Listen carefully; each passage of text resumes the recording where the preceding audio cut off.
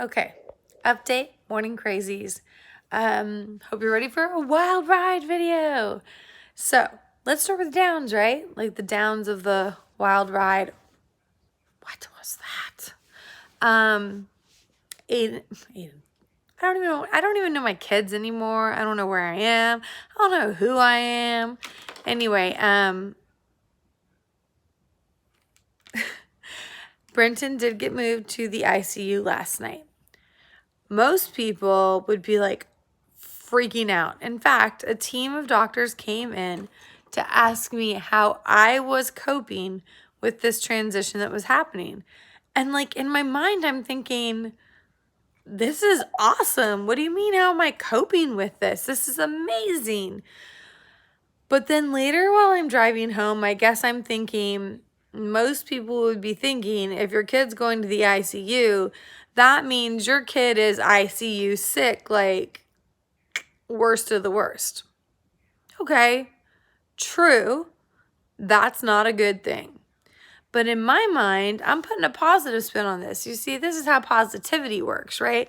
I'm thinking my kid now has one nurse, a whole doctor team, everybody just taking care of him.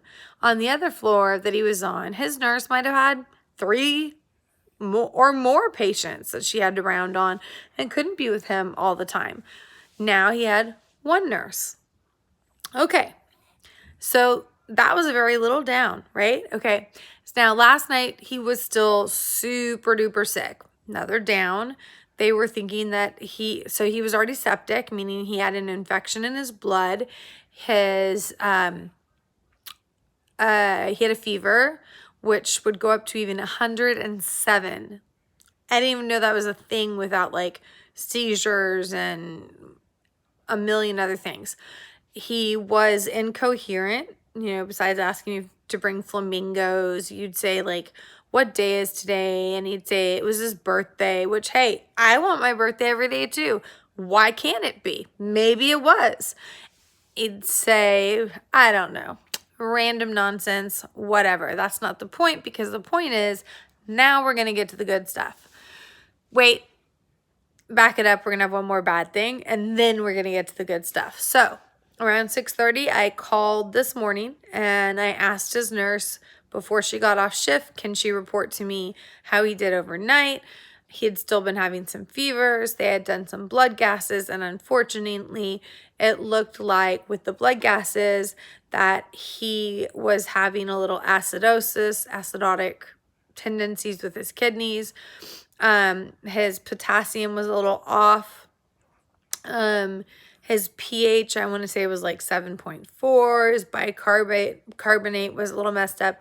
Technological nurse, doctor term. Okay, right? It means not that much, but let's just say what it means is they were worried even further that his kidneys weren't doing well. Yesterday, throughout the whole day, I want to say he peed like 100 milliliters.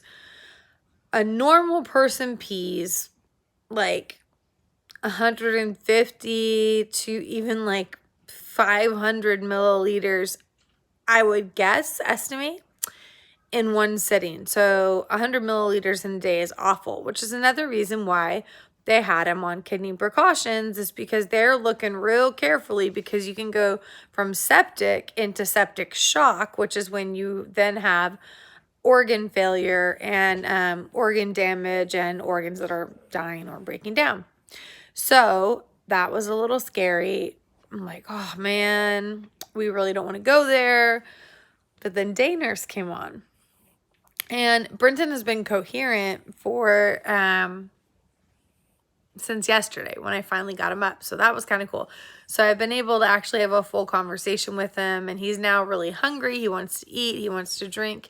He's not really understanding why he's not able to do those things right now, because he wants to. And we're all kind of trying to explain to him, well, you've been barfing 48 times a day, and now you're in the ICU, and they have their own protocol where for 24 or more hours, they're not going to let you eat just because that's their thing. They want to watch you and your intake and output of fluids. And literally, after being an ER nurse where we don't have time to do anything, like we like stick a line and you get this, get that, throw this in, throw that out. It's hilarious seeing in the ICU how they like weigh and measure everything. Like, ain't nobody got time for that. Like, but they do. It's funny. Like, oh, he peed slightly at one drop on this bed. Let me weigh that. Like, okay. Anyway, so yeah. So that was happening. And this is happening right now too. Crazy family drama. Anyway, good news. He is peeing quite normally today. His fever went down so low that they could take the chill blanket off. He's talking coherently. They got him out of bed begrudgingly to him with PT to go sit in a chair. They did have to put in a second IV because they just didn't have enough space to do everything through his port and take out gases, and his blood gases are going in the right direction. So everything is looking really good, and I have to give this one up to the big man upstairs because he and I have been quarreling since Ambrose died, and yesterday I finally gave in. And I laid over my baby's bed and I prayed and I prayed and I prayed and I prayed. And I said, look, I can't do anything. I'm not a doctor. I'm not even a nurse anymore. As a mother, all I can do is lay here and say, please, please fix my baby. Please let the doctors know and discern what germ, bacteria, infection, whatever it is. And this morning, it's negative. And this morning, he's coherent.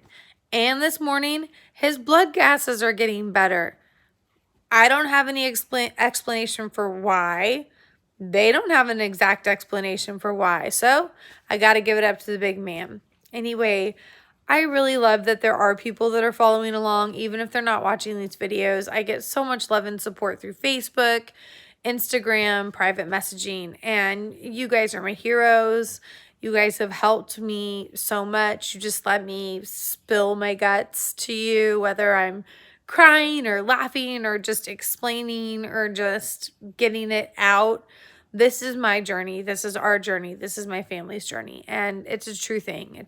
It's what's happening, and I need this. So thank you so much for being here for me during this journey and for my family. Love ya. Bye.